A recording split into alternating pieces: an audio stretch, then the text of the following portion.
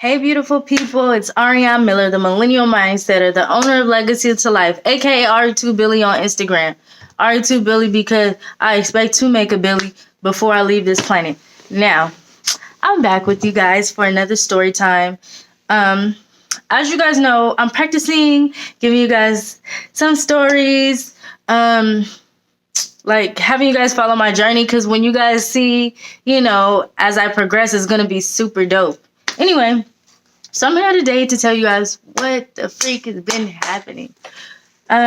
So life is beginning to be amazing. So in the last video, I told you guys I was making $10,000 a month. Turns out, when I checked my bank statement, I made $22,000 a few months ago. Then I made $16,000. Then I made $12,000, and the month's not even over yet. So I'm really surpassing $10,000. I didn't even know. I've been investing in my business like crazy.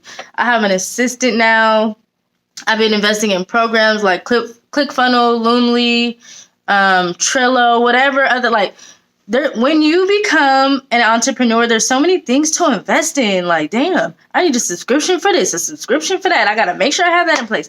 This shit is expensive, but it's so awesome. I'm grateful to be able to do it. So, charge it to the game and move on. So, you guys, I got my very first listing. But let me tell you this story. So this shit is going all the way around the world and back. So got my first listing. And if you guys don't know, because actually you don't know because I haven't told you this, I have everything for listing. I mean, I got flags. I got big ass tents. I got the foot covers.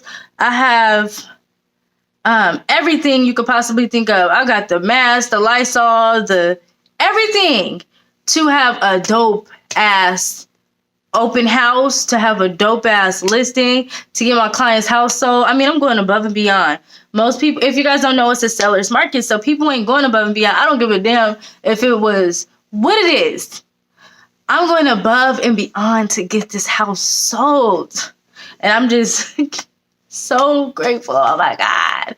I'm just so grateful to be here, to be me, to be in my skin. Y'all just don't understand. So I had like a little breakdown. So I got the listing. They were ready to go, and they are ready to go at this point. But some hell and high waters then passed in the time. Okay. So got the listing. Buyer decided. So got the listing. They're buying a new house, so I'm selling their house, helping them buy a new house, and doing their loan. Yes, I take pride in that. Yes. Anyway, so focus. Got the listing. Got the listing agreement signed. Showed them houses. They liked houses the first day. The likelihood of this happening is not there, but if it happens, hell yeah! Like, I'm here for it. Anyway, so. Yeah.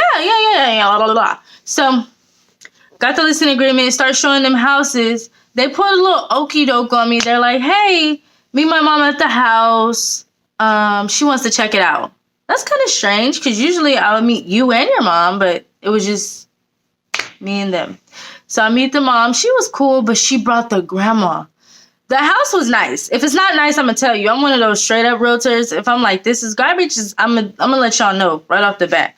Anyhow, the house was nice. The grandma was like, this is hideous. This is horrible. This is that.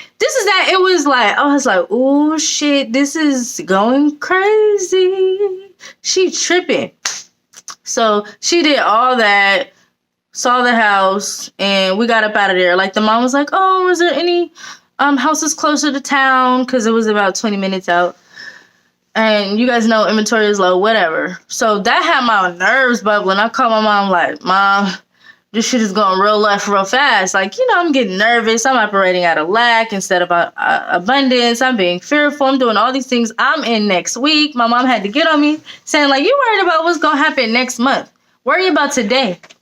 Anyway, so my nerves was bad off her parents tripping like that. So fast forward. About 2 hours later, an hour later, the husband texts me, oh, I lost my job today, or there's a chance I'm going to lose my job. So we're going to have to cancel. Cancel?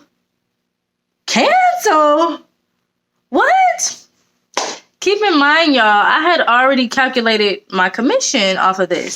So if I sell their house, I'm probably going to get, I think, like $11,000. That's one check. If I do their loan, I'm still on a 50% commission, and they're putting a lot of money down on the house, so I'm not gonna make that much. I'm gonna make like $2,000. Okay. So that's like $13,000. And then if I sell them another house, I'm gonna make like $8,000 or something. My heart, 20,000, nigga. That's my $20,000. You can't cancel. You can't lose your job. Like, how dare you lose your job? That's what I'm thinking. So lesson number 1 for me was, and I knew this, but I still did it anyway because it made me feel good inside. Stop calculating your money, or it's supposed to be money, because it ain't your money, before it hits your bank account. That's on period. Because you will hurt yourself doing that. And $20,000 in one transaction is a lot for me. I ain't rich yet. $20,000 with one client is a lot for me. Anyway, all right, let's keep it going. So he texted me that my heart sank. And if you guys know me, I'm one of those, okay, it'll be fine. Just go with the flow. It's fine. And then I started getting a weird feeling. I'm like, should I be crying? Like, I want my $20,000. Like, I can't believe he lost his job. Like, what the freak? And then I was already nervous because the mom and the grandmother, like, made me kind of nervous. And then he lost his job. And then I was like, well, maybe he's lying. Maybe he just wants to listen to the grandma or whatever. It was just so many stories playing through my head. I was driving myself crazy for nothing at all. So, woo, bless my heart. Bless me. I've just blessed myself. Come on, Lord. Anyway. So I was cool because, shit, what can you do? My motto was charge it to the game. So I was trying to charge it to the game, but that shit was like declining. It just was not working. So I promise y'all, something weird happened. It was the weirdest thing ever because I had never felt like this before. I've heard it described in like movies or books or like interviews and stuff, but I've never felt it. Like my stomach started to churn. I had an extreme headache. I literally felt lightheaded, like I was going to pass out. So on Fridays, I teach real estate school. I was in class like dazing a little bit. I was like, I hope my students don't think I'm slow because I was like losing it. And I don't know if it was because I had hyped myself up. I don't know if it's because I'm just mentally unstable. I don't know if it's because I had counted my money before it hit my bank account. Whatever it was really traumatizing. Like, I couldn't think straight. I couldn't, when I say my stomach was bubbling, it was bubbling. And I was here because I teach real estate school in my office, so my kids ain't crying and stuff. So I'm here late, and one of my coworkers or colleagues, because I'm not employed. Anyway, one of my colleagues came in. He's like, "You're okay?" I'm like, "I feel kind of strange, but I'm about to leave." He like, "No, you got to sit down, drink some water. Like, you good? You can't just leave. You can't just be leaving." I'm like, "Nah, I'm good. I'm good." Of course, I'm gonna say I'm good. Like, come on. I was raised by independent Black women. I'm not gonna sit here and cry or something. I'm like, "No, I'm good." So I talked to him for about 15 minutes, and I took off. And I was just feeling really bad, y'all. So I guess my lesson is that, again, number 1, do not count your money before it hits your bank account.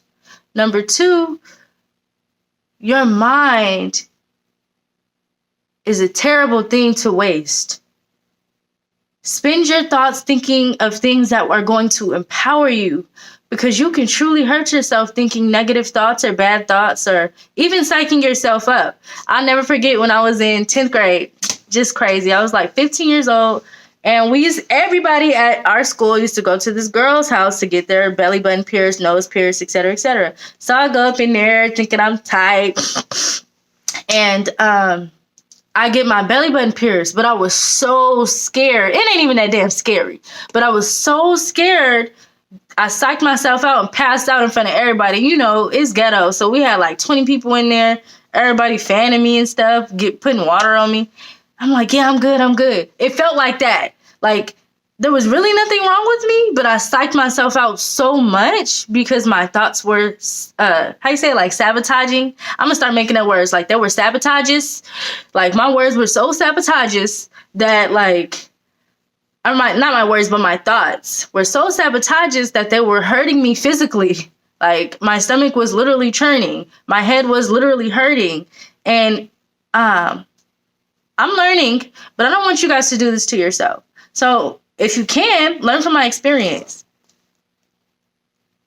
I don't need the $20,000. I have more than $20,000 in my bank account. I have, like, it's just weird how it works. I can't really explain it. But I just wanted you guys to keep you posted on that. And I do have a fairy tale ending. Guess what? The next day, dude texted me, my client, I'm sorry. Should speak a little more proper. My client texted me and was like, hey, I just left my staff meeting. I'm not getting laid off. So let's keep going. Basically saying, list my house, sell me a house, and do my loan. So I did all that. Stomach bubbling and shit. Extreme headache. Literally about to pass out. Self-sabotageous thoughts. That's my new word, sabotageous. I'm going to create a dictionary for y'all. Sabotageous thoughts for nothing. For nothing. It was pitiful. So, one more time before I leave. I love you guys. I hope you can learn from my story. Don't count your money before it hits your bank account. And let go of self-sabotageous thoughts. And I hope you have an absolutely amazing day because I plan to have one. Bye, y'all.